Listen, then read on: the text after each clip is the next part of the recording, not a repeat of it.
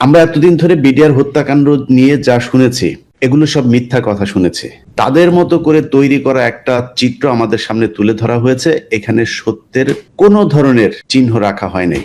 এই পিলখানা হত্যাকাণ্ডের যে ৫৭ জন কর্মকর্তা, আমি নাম বলবো না, এই ৫৭ জন কর্মকর্তার ভেতরেই এই হত্যাকাণ্ডের সাথে পরিকল্পনাকারীও ছিল। তো আল্লাহ কেন এরকম করেছেন সেটা আল্লাহই জানেন। আমি আমার যে অনুসন্ধানটা করেছি সেখানে মূল যে জিনিসটা দেখিয়েছি যে বিডিআর হত্যাকাণ্ড আসলে ৫৭ জন অফিসারকে দিয়ে এটাই শেষ না, এটার চাইতে আরো ভয়ঙ্কর হত্যাকাণ্ড চালানো হয়েছে ৩ তারিখের পরে। সবাইকে আসসালামু আলাইকুম। আমি প্রায় বলা চলে ৬ মাস ধরেই, আমি আগস্টের পর থেকে আমার একটা ইচ্ছা ছিল যে ২১শে আগস্ট, তারপরে পিলখানা হত্যাকাণ্ড, হলি আর্টিজান থেকে শুরু করে যত জঙ্গি নাটক, উদীচী, ছায়ানট যা যা হয়েছে এগুলো নিয়ে একটা কাজ করার। তো সেই ধারাবাহিকতায় আমি বিডিআর নিয়ে আমার সবচাইতে বড় একটা অনুসন্ধানের জায়গা ছিল বলে মনে করেছি এবং সেটা নিয়ে কাজ করেছি। এখানে সেনাবাহিনীর যেসব কর্মকর্তারা ওই দিন ডিউটিতে ছিলেন, যারা হত্যাকাণ্ডের শিকার হয়েছেন, যারা পরবর্তীতে তদন্তের কাজে ছিলেন বা তদন্ত যারা অন্য খাতে নিতে চেয়েছিলেন, এই সব পক্ষ সবাইকে নিয়েই এই ইয়েটা। আমরা যে বিষয়টা নিয়ে আজকে আলোচনা এসেছি সেই বিষয়টার মূল একটা কথা বলে নেই আপনাদের সবার কাছেই। আমরা এতদিন ধরে বিডিআর হত্যাকাণ্ড নিয়ে যা শুনেছি এগুলো সব মিথ্যা কথা শুনেছি। এটার একটা তাদের মতো করে তৈরি করা একটা চিত্র আমাদের সামনে তুলে ধরা হয়েছে। এখানে সত্যের কোনো ধরনের চিহ্ন রাখা হয় নাই।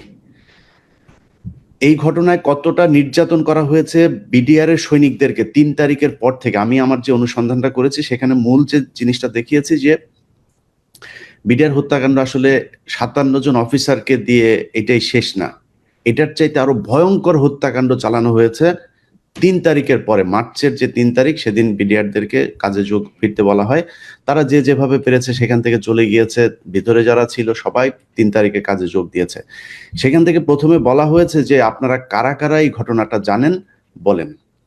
তো জিজ্ঞাসাবাদে যারা যারা খুব আগ্রহ দেখিয়েছে, সত্য কথা বলতে চেয়েছে যে ধরেন আমি অন্যায় করি নাই, আমার তো ভয় নাই, তারা গিয়ে জানাতে চেয়েছে অফিসারদেরকে যখন বলেছে যে আমি বলবো, যারা যারা আগ্রহ দিয়ে সবাইকে ডেকে নিয়ে যাওয়া হয়েছে। ডেকে নিয়ে যাওয়ার পরে বিশেষ করে তাদেরকে মিলিটারি নিজে তো নিয়ে গিয়েছে, তার বাইরেও র্যাব ১ এবং র্যাব ২, এই ২ জায়গায় বিশেষ করে র্যাব ২ এর বিরুদ্ধে বিডিআরদের ব্যাপক অভিযোগ। সে অভিযোগ সেনাবাহিনীতে যারা ওই সময় ছিলেন তাদের অনেকেও করেছেন।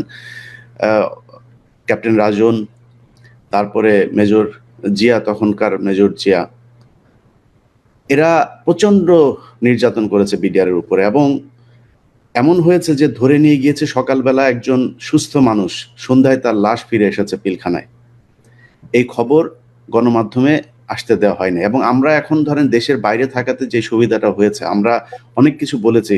সেনাবাহিনীকে নিয়ে এত কথা কিন্তু বলার হয়তো প্রয়োজনও মনে হয় নাই, কিন্তু যেভাবে বলা হয় এভাবে তো বলা সম্ভব হয় নাই। পিলখানা হত্যাকাণ্ডের যেভাবে, আমি একদিন গিয়েছিলাম ওইটা সংবাদ কভার করতে। পিলখানার এই দরবার হলেই অস্থায়ী একটা কোর্ট বসানো হয়েছিল।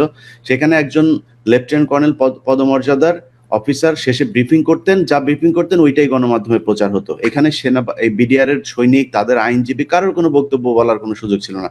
এমনকি মনির ভাই আমাদের সাথে আছেন, ওনার কাছে জিজ্ঞেস করবেন যে ওনাকে কি বলা হয়েছে। ওনাকেও ডেকে নিয়ে যাওয়া হয়েছে এবং বলা হয়েছে যে আপনি এই বলেন, এর বাইরে কোনো কথা বলতে পারবেন না। এইটাই হয়েছে বিচার। তো এই যে ৩ তারিখ থেকে জিজ্ঞাসাবাদ করে নিয়ে যাওয়া, হত্যা করা হলো। এবং সেনাবাহিনীর অফিসারদেরকেও কিন্তু একই কাজ করা হয়েছে। সেনাবাহিনীর যে অফিসাররা আপনার এটার ব্যাপারে তদন্ত করতে গিয়ে আপনার মানে সুষ্ঠু তদন্তটা চেয়েছে, যা ঘটেছে আসলে পিলখানা হত্যাকাণ্ডে সেটা বলতে চেয়েছে, সেটা প্রমাণ করতে চেয়েছে, সেটা উদ্ঘাটন করতে চেয়েছে, তাদেরকে ধরে ধরে কাউকে তাপসের উপরে গ্রেনেড হামলা মামলায় ফাঁসানো হয়েছে, কাউকে জঙ্গি মামলায় ফাঁসানো হয়েছে, কাউকে বলা হয়েছে যে এরা বিদ্রোহী, এরা কু করতে চেয়েছে, শেখ হাসিনাকে মারতে চেয়েছে, খালেদা জিয়া তারেক রহমানের কাছ থেকে টাকা পয়সা নিয়ে তারপরে সেনাবাহিনীকে ধ্বংস করতে চেয়েছে। আমি যা বলছি সব কিন্তু সেনাবাহিনীর বক্তব্য। আমার এখানে ২ জন সেনাবাহিনীর সিনিয়র কর্মকর্তা আছেন। তো এই যে ঘটনাগুলো ঘটানো হয়েছে ৩ তারিখের পর থেকে আমি মনে করি পিলখানা ট্র্যাজেডির শুরু। কারণ আগেরটা আমি কেন কাউন্ট করব না? কাউন্ট করব না কারণ হচ্ছে এই পিলখানা হত্যাকাণ্ডের যে ৫৭ জন কর্মকর্তা, আমি নাম বলবো না।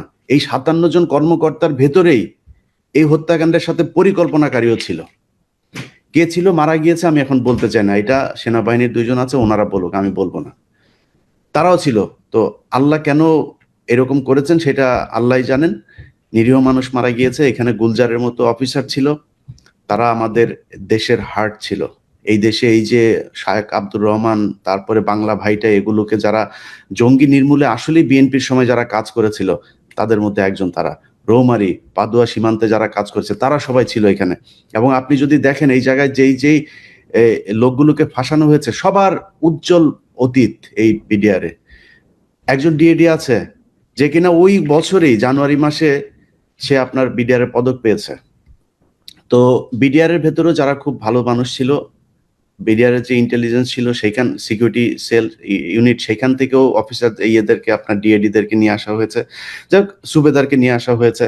তো এই যে কাজগুলো করা হয়েছে, আমি মনে করি যে পিলখানা হত্যাকাণ্ডটা সেনাবাহিনী, আওয়ামী লীগ এবং ইন্ডিয়া, এই ৩ পক্ষের সম্মিলিত একটা কার্যক্রম যেটার বাস্তবায়ন করেছে পিলখানার ভেতরে।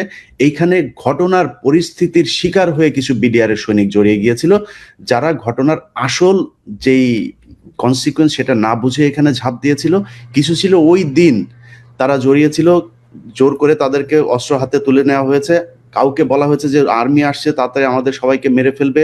কাউকে বোঝানো হয়েছে যে এই যে সেনাবাহিনীর, এই শেখ হাসিনার কাছে গিয়েছে আমাদের 14 সদস্যের দল, তারা আসলেই বিডিআর আলাদা বাহিনী হয়ে যাবে, আমাদের আর কোনো সমস্যা নাই, আমরা সেনাবাহিনী থেকে আলাদা হয়ে যাব। এটা বুঝিয়ে অনেককে উত্তেজিত করা হয়েছে। তো এই কাজগুলো যে করা হয়েছে, এটা খুব সুপরিকল্পিতভাবে করা হয়েছে। আমরা বিডিআর এর যারা এটার সাথে জড়িত ছিল সবার বিচার চাই। আমি এই কথাটা হয়তো অনেকের মধ্যে মনে হইতে পারে যে আমরা শুধু সেনাবাহিনীর বিরুদ্ধে বলছি। সেনাবাহিনীর অবশ্যই কেউ জড়িত ছিল। এই সেনাবাহিনীর অফিসাররাই চাকরিচ্যুত হয়েছে। এই যে আমার এখানে যে ২ জন আছে, তারাও কিন্তু বিডিআর এর ঘটনায় কোনো না কোনোভাবে আপনার ক্ষতিগ্রস্ত হয়েছে। মেজর সুমন আছেন, মেজর সোবায়েল আছেন, মেজর মহসিন আছেন। অনেক অফিসার, ৩ জন অফিসারকে হত্যা করা হয়েছে, সেনাবাহিনীর অফিসারকে। একদম পরিকল্পিতভাবে হেলিকপ্টার ক্র্যাশ করে তারপর তাদেরকে মারা হয়েছে। তো এই যে কাজগুলো করা হয়েছে, সেনাবাহিনীর সবাইকে আমরা ঢালাওভাবে খারাপ বলবো সেটা বলা কোনোভাবেই সম্ভব না। আমরা সেনাবাহিনীর যারা ছিল তাদের বিচার চাই। বিডিআর এর যারা ছিল তাদের বিচার চাই। আমরা সুষ্ঠু একটা তদন্ত চাই, যেই তদন্তটা হাসিনা পরবর্তী সরকারকে করতে হবে। হাসিনার আগে যে বিচার হয়েছে সেই বিচারটা ঠিকমতো হয় নাই। এটাই বিচারের প্রতিটা পরতে আপনার যদি নাকি অনুসন্ধান করা যায় তাহলে খুঁজে পাওয়া যাবে। আমি যে অনুসন্ধানটা করেছি সেটা ইনশাল্লাহ ২৫ তারিখে রাতে বাংলাদেশের মানুষ দেখবে। দেখার পরে বাংলাদেশের মানুষকে বোঝানোর দরকার নাই যে এই ঘটনাটা আসলে কারা ঘটিয়েছে। আমি মনে করি যে তারপরে একটা ব্যাপক আবেদন উঠবে যে আমরা এই বিচার আবার চাই। পেছনে যে বিচার হয়েছে সেই বিচার আমরা মানি না। আপনারা যদি মনে করেন যে বিডিআররা ১৬ বছর জেলখানায় ছিল, তারা সুশৃঙ্খল একটা বাহিনীর সদস্য, তারা বের হয়ে তারপরে কোনো বড় ধরনের নাশকতা করতে পারে, আপনারা তাদেরকে আটক করে রাখেন। যাদেরকে মনে হয়, যারা নিরাপত্তার জন্য হুমকি মনে হয়, তাদেরকে আটক করে রাখেন। কিন্তু এইটা মনে করার কোনো কারণ নাই যে শেখ হাসিনা যাকে ফাঁসি দিয়েছে সে হচ্ছে বিরাট বড় আসামি। আমি আমার অনুসন্ধানে দেখিয়েছি যে কিভাবে ফাঁসির আসামি যারা, তারাই আসলে, তাদের মধ্যেই অনেকে আছে যারা কিনা একদম নির্দোষ, তাদেরকে পরিস্থিতির মধ্যে ফেলে দিয়ে তারপর এটা করা হয়েছে। তো এই বিষয়গুলোর কারণে আমি আমার এখন মূল দাবি যে আমরা পিলখানা হত্যাকাণ্ডের এটা সুষ্ঠু তদন্ত চাই। এবং এটার সাথে শুধু যে বিডিআর এর পরিবারের জড়িত বা আর্মির পরিবার জড়িত তা না, এটার সাথে বাংলাদেশের ভবিষ্যৎ জড়িত, বাংলাদেশের সার্বভৌমত্ব, স্বাধীনতা, এগুলো জড়িত। এটার বিচার করা গেলে ভবিষ্যতে ভারত বাংলাদেশে এ ধরনের কর্মকাণ্ড করতে গেলে তারা চিন্তা করবে। এবং আওয়ামী লীগের মতো কোনো রাজনৈতিক দল যদি ভবিষ্যতে এরকম করার চেষ্টা করে, বা সেনাবাহিনীর যেসব অফিসাররা এটার সাথে জড়িত ছিল, তারাও যেন ভবিষ্যতে করতে না পারে, দৃষ্টান্তমূলক শাস্তির ব্যবস্থা করা হোক। অত্যন্ত ধন্যবাদ ইলিয়াস ভাই।